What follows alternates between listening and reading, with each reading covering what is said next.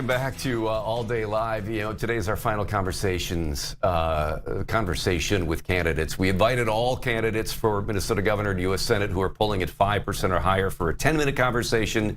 And Lisa Demuth has got the final slot here today. Thanks for coming in here. Thank you for the invitation. Good to be here. Busy day, I know, today and tomorrow is you work to continue to get out the vote. A little bit of bio first. Speaker of the House since 2025. That's correct. Legislature, you joined the legislature 2018. In that election, so started serving in 2019. And prior to that, the Rocori School Board for 11 years and a small business owner. That's right. Why are you running for governor? Running for governor is something that if you would have asked me 12 years ago, 10 years ago, even a year and a half ago, if I had ever thought of it, I would have said no. But I am born and raised here. Minnesota matters too much to me to let us continue down a path that I don't think is a good place for our state to be. Serving in the legislature has given me both the experience of trying to move things forward, even in a tie this last year, and realizing that what I'm hearing from Minnesotans across the state is they just want common sense back. Okay. Your opponents for the primary in the GOP side, primarily in the most recent polling indicating that Mike Lindell still remains polling highest. You're in second. Kendall Qualls, the GOP endorsed candidate from the convention, in third. Obviously, Mike Lindell got a boost from the endorsement from President Trump. How much weight do you put into these polls? You know, obviously, when people are leading, they say a lot, and when they're not, they say, well, we've seen polls falter in the past. Yeah, I think when we look at the polls, you have to look at the specifics about them. So you can look at overall numbers, but where are either increases or decreases in the percentage that each candidate is having, what type of voter, you know, who is turning out for those.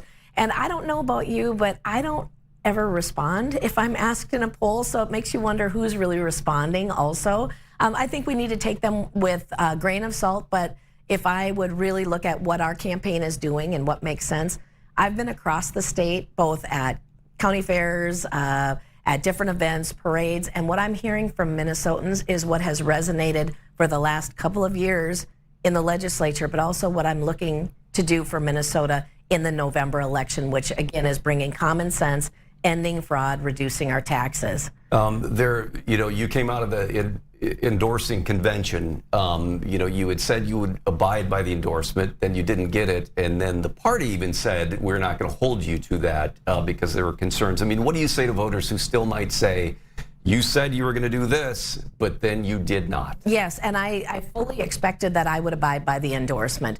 At that particular convention, there was a lot of problems with the technology that was being used. There was a push for paper ballots.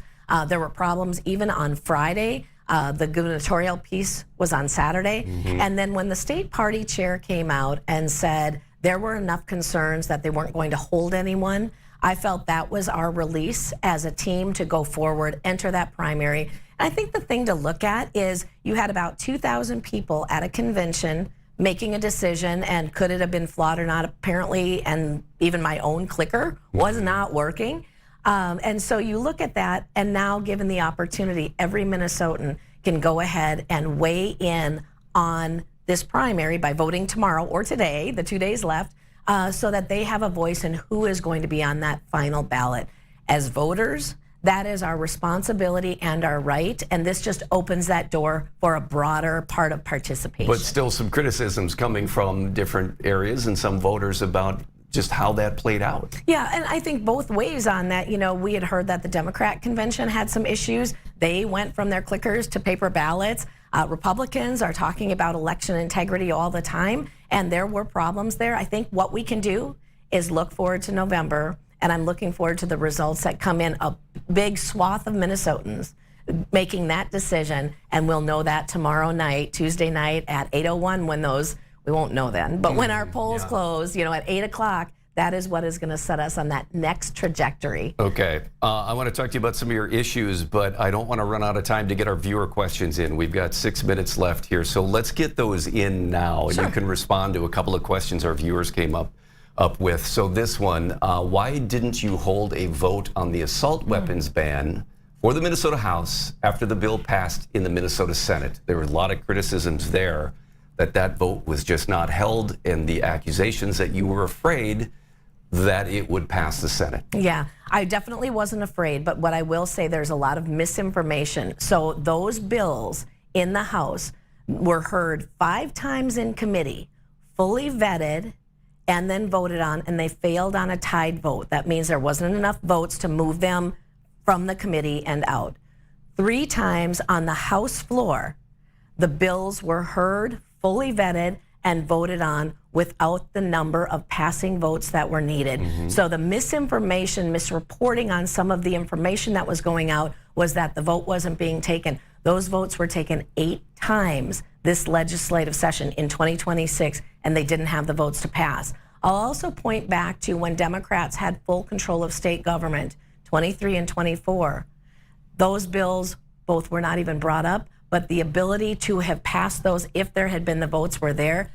Democrats at the time, even full control, knew they didn't have the votes to pass gun bans. All right, will continue to be a contentious issue in legislative sessions to come, certainly. I think the conversation needs to be there, but what we're looking at is instead of penalizing law-abiding Minnesotans, I think what we have to do is increase our criminal penalties, and mental health is a huge issue across all parts of Minnesota. I was just with some people in the agriculture industry, but specifically we have to put in more supports for mental health to make sure that people are being served at the point that they need it early on in their lives. 4 minutes left. Another question here from a viewer.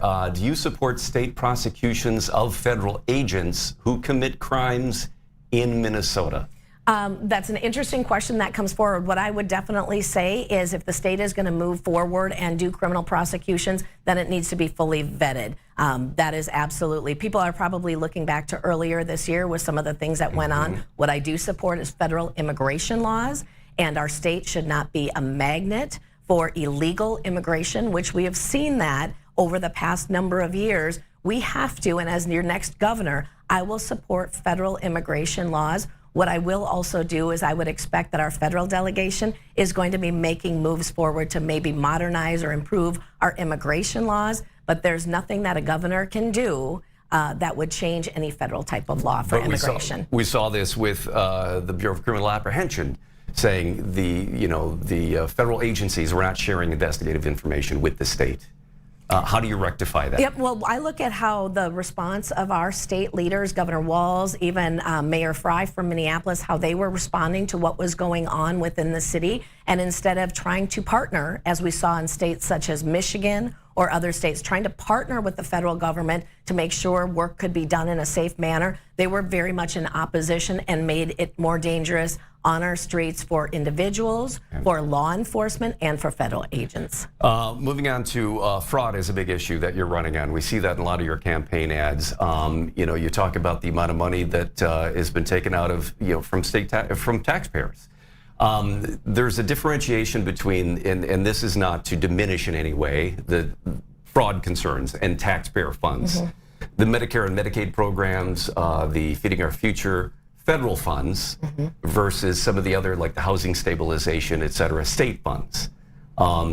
So there's sometimes a confusion between the effects on the state budget from some of this fraud when it was federal money. I mean, how do you explain that to taxpayers about what you can do as governor in terms of combating some of this that is state funds versus federal funds? Yeah, $10 billion in fraud is our taxpayer dollars, whether they are federal or state, and that is much too much waste and incompetence at the top level of our state government that has allowed that culture of fraud to continue going forward. So as a governor, what I can do is choose commissioners in agencies that will be held accountable.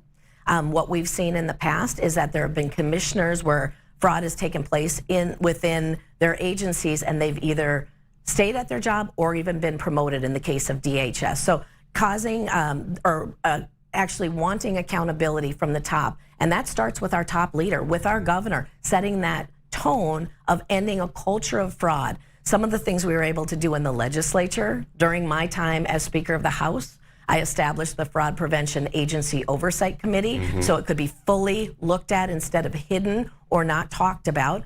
And then we put in whistleblower protections. We added full-time equivalent 2 new positions to the Office of Legislative Auditor, which is nonpartisan. And we established the Office of Inspector General with law enforcement capabilities over state government to end the fraud here in the state of Minnesota. So you've got a pretty, we're just about out of time now. I think that, see, I just I know, it goes fast.